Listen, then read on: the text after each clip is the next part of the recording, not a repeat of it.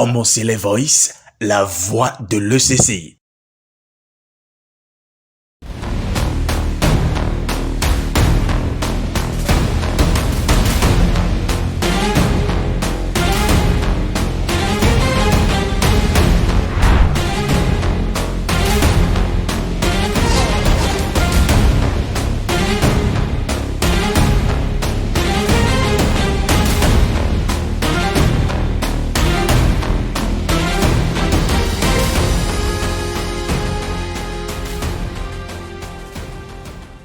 Shalom à vous, bien-aimés frères et sœurs en Christ, et alléluia dans le royaume des saints.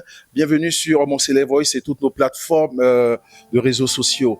Alors, depuis la dernière fois, nous parlions d'un sujet qui est assez important pour la fin des temps, disant clairement que la plupart, du corps du Christ, la plupart des chrétiens, la plupart des hommes de Dieu, la plupart des pasteurs ne savent pas de quoi ils parlent actuellement. Parlons du retour du Christ. Et nous avons donc par le premier, par le premier épisode, la dernière fois, nous avons essayé de faire comprendre qui est Jésus et qui est Christ, même si Jésus est le Christ, de sorte à pouvoir séparer la personne physique de Jésus de la personne spirituelle et de la personne transcendantale, divine de Jésus, qui est donc le Christ qu'Israël attendait. Et nous disions pour conclure la dernière fois que, eh bien, si le Christ est venu, qu'on lui a donné pour la première fois le nom de Yeshua, c'est-à-dire Dieu sauve, parce qu'il est venu mourir sur la croix par son sang versé afin de nous accorder sa justice et de sauver l'humanité.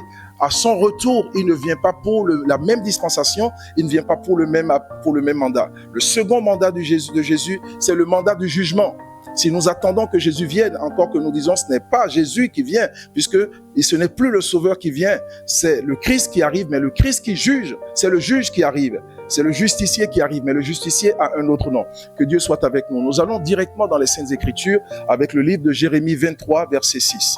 Jérémie 23, verset 6. Écoutons, nous allons peut-être commencer par le verset 5 pour que vous puissiez bien comprendre. Jérémie 23, verset 5. Voici, les jours viennent, dit l'Éternel, où je susciterai à David un germe juste. Il régnera en roi. Il prospérera. Il pratiquera la justice et l'équité. Voyez-vous, il régnera en roi, puisque nous disons que Jésus règne et il vient en tant que roi à la fin des temps. Il prospérera. Il pratiquera la justice et l'équité. En son temps, Judas sera sauvé. Israël aura la sécurité dans sa demeure. Bien-aimé, voici le nom dont on l'appellera.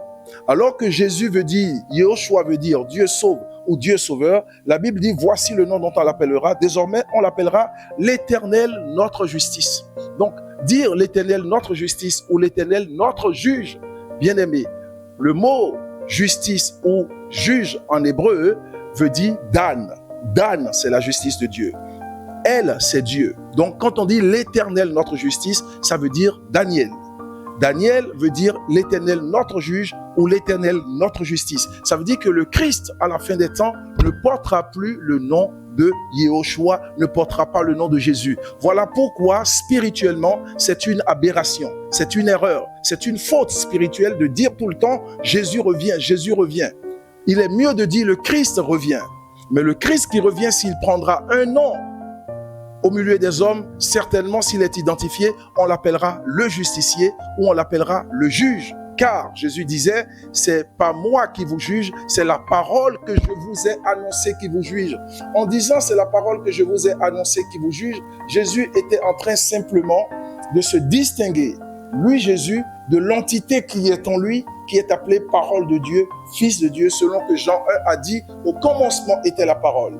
La parole était avec Dieu et la parole était Dieu. La parole s'est incarnée dans le corps de quelqu'un et la parole a pris chair. Cette parole-là, nous l'avons donc, qui a pris chair, afin de pouvoir sauver le monde, nous l'avons appelée Yehoshua. Et Jésus a annoncé cette parole. Jésus n'a pas parlé en son nom. Il a parlé au nom de la parole. Il a parlé au nom du Fils éternel. Il a parlé au nom du Fils de Dieu, Dieu, parole de Dieu. Celui-là qui sauve, qui était pleinement dans son corps, selon qu'il est identifié à celui qui est l'entité spirituelle qui vit en lui. Bien-aimé. Donc, si nous comprenons clairement le mandat annoncé pour le Christ qui revient à la fin des temps, nous savons que c'est un mandat de justice.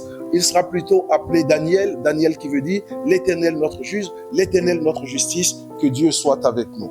Allons dans le texte de Apocalypse 19 et nous allons comprendre une emphase de ce que nous étions en train de dire tout à l'heure. Apocalypse 19, le verset 11. Apocalypse 19, qui est vu comme étant un texte qui annonce la venue du roi des rois, la venue du Seigneur. Dans le verset 11, eh bien, il est écrit dans ma Bible, seconde venue du Christ, victoire sur la bête et le faux prophète. Apocalypse 19, verset 11, il est écrit seconde venue du Christ. La Bible elle-même, elle comprend, elle dit pas, la Bible ne dit à nulle part venue de Jésus, non. Non, même quand Jean dans Apocalypse a reçu la vision du Seigneur, il l'a appelé Seigneur. Mais le Seigneur que Jean a vu dans la vision d'Apocalypse ne ressemblait en rien au Seigneur avec qui il a travaillé. Puisque ce Seigneur avait le visage solaire, il avait des yeux de feu, son corps était un corps brûlant, totalement ardent comme de l'airain poli, son corps était de feu. C'est lui qui l'a appelé Seigneur et donc Apocalypse va finir par dire « Viens Seigneur ». D'accord? Que Dieu soit avec nous. Lorsque nous lisons le verset 11, voici ce qu'il dit. Puis je vis le ciel ouvert et voici parut un cheval blanc. Celui qui le montait s'appelle fidèle et véritable. C'est le Seigneur qui est le fidèle. C'est le Seigneur qui est le véritable. Mais cette fois-ci, son mandat, sa dispensation est annoncée. Et la Bible dit, il juge et combat avec justice. Bien-aimé, dans la seconde venue du Christ, lui qui est le fidèle et véritable, étant, vu sur le cheval blanc, la Bible dit de lui, dans Apocalypse 19, verset 11, il juge et combat avec justice. Alors, nous savons donc définitivement que Jésus sauve, mais le Christ qui revient sera le juge. Et les gens seront étonnés de voir que celui qui nous a aimés pour nous donner le salut, après 3000 ans, de son apparition, alors qu'après 3000 ans, nous devons rentrer dans les rangs pour être rachetés, pour tous ceux qui continuent de résister à l'appel de Jésus, eh bien, le Christ frappera, le Christ jugera, le Christ ordonnera un jugement tel que le monde souffrira. Et bien aimé, vous voyez déjà ce qui est en train de se passer, dans ce monde. Il a été dit par le Seigneur lui-même que ce qui est arrivé au temps de Sodome et Gomorrhe arrivera au temps du jugement du Fils de Dieu. Bien aimé, Sodome veut dire consumé par le feu, Gomorrhe veut dire englouti sous les eaux. Qu'est-ce que nous observons actuellement?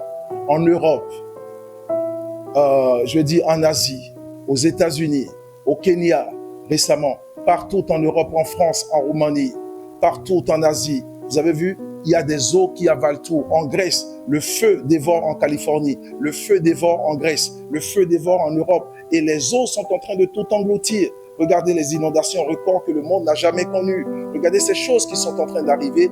Eh bien, les jours du Fils de l'homme sont là. Les jours de retour du Seigneur sont là.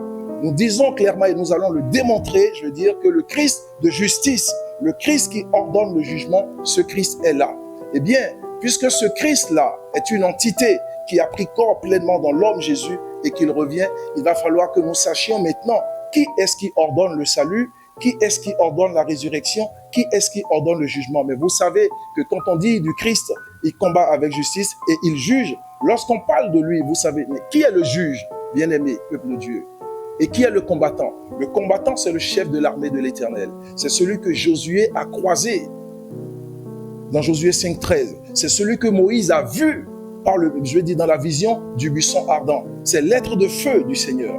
Mais cet homme, on l'appelle Michaël. Michaël est le chef de l'armée de l'Éternel. Michaël est le prince de la milice céleste, tel qu'on le dit. Michaël conduit l'armée du ciel de l'Éternel. Et ce Michaël-là, il est temps que vous connaissiez, vous compreniez son nom. Michaël veut dire, nous avons d'abord la racine Mika et nous avons elle. La racine Mika en hébreu veut dire semblable. Mika en hébreu veut dire semblable. Semblable en bon français veut dire identique. Ce n'est pas semblable à peu près. Et elle, c'est pour Dieu. Donc, Michaël, c'est parmi les fils de Dieu, parmi les archanges de Dieu, parmi les anges de Dieu, le seul à qui il a été donné de porter l'autorité, la pleine autorité de Dieu sur lui, c'est lui qui est Michaël. De sorte à ce que Michaël veut dire clairement identique à Dieu. Et donc, c'est de lui que Dieu parlait à Moïse dans le livre d'Exode, lorsqu'il disait, fais attention, j'envoie mon ange sur ton chemin. Il ne pardonnera pas tes péchés, car mon nom est en lui. Écoute-le, Écoute-le pourquoi? Parce qu'il est la vérité. Écoute-le parce qu'il est la vérité. Ne pêche pas contre lui parce que mon nom est en lui. Et Dieu va dire, il te conduira de sorte à ce que tu brises tous tes ennemis jusqu'à arriver sur la terre promise. Pourquoi il te conduit? Parce que c'est lui qui est le chemin. Donc quand vous entendez Jésus dire, je suis le chemin, la vérité et la vie, on parle de celui qu'on a régulièrement appelé l'ange de l'Éternel. Il y a les anges de Dieu, mais il y a quelqu'un qui porte le nom l'ange de l'Éternel. L'ange de l'Éternel, c'est lui qui accomplit cette mission. Et donc, c'est lui que Josué a rencontré dans Josué 5, verset 13, quand il dit, le chef de l'armée de l'Éternel lui apparut avant qu'il aille en guerre avec, pour Jéricho. Et c'est le chef de l'armée de l'Éternel qui lui a ordonné de se déchausser. C'est ce chef de l'armée de l'Éternel qui a conduit la bataille. Ce chef de l'armée de l'Éternel, c'est lui qui est Michaël.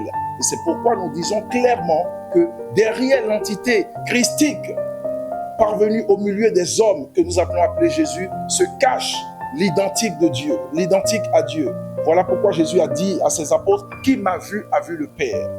Qui m'a vu a vu le Père. C'est celui qui est identique à Dieu, qu'on appelle Michaël, qui porte le nom de Jésus. Maintenant, la plupart des chrétiens, surtout des chrétiens évangéliques, avec des pasteurs, je vous entends crier tout le temps. Vous dites non, Jésus n'est pas Michaël, Michaël n'est pas Jésus, parce que Michaël est un archange, et Jésus est le chef des anges. Et bien aimé, ouvrez vos oreilles et ouvrez l'œil spirituel de l'Éternel et ayez un entendement.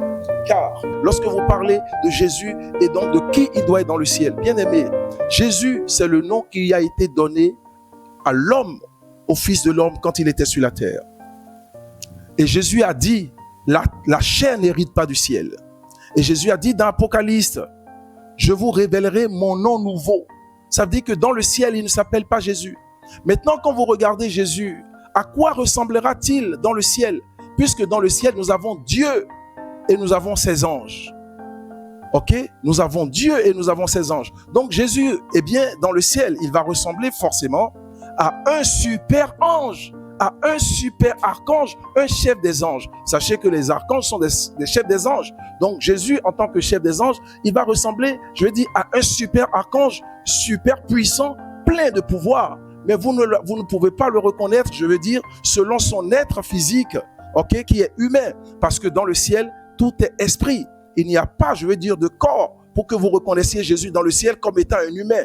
Jésus donc dans le ciel, Dieu lui-même étant esprit, Jésus ne peut être qu'esprit dans le ciel, mais vu sous la forme d'un super ange, d'un super archange, celui que nous appelons le chef de l'armée de l'Éternel, qui s'appelle Michaël, qui s'appelle le grand chef. C'est ce que nous allons voir, je veux dire, dans la prochaine édition ou dans le prochain, dans le prochain numéro. Que Dieu soit avec vous. Soyez bénis d'où vous êtes. Shalom, alléluia.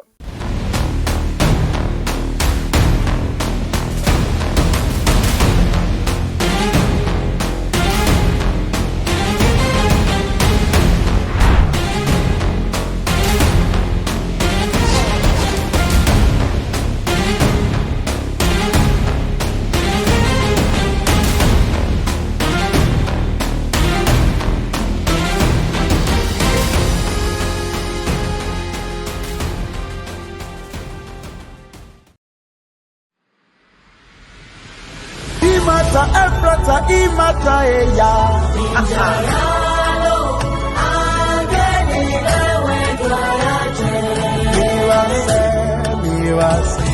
Miwase Jesu na miyo.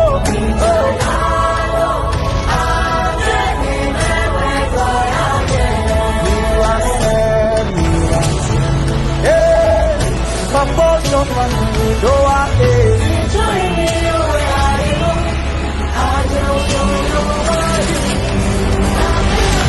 Ladies and gentlemen, are you ready?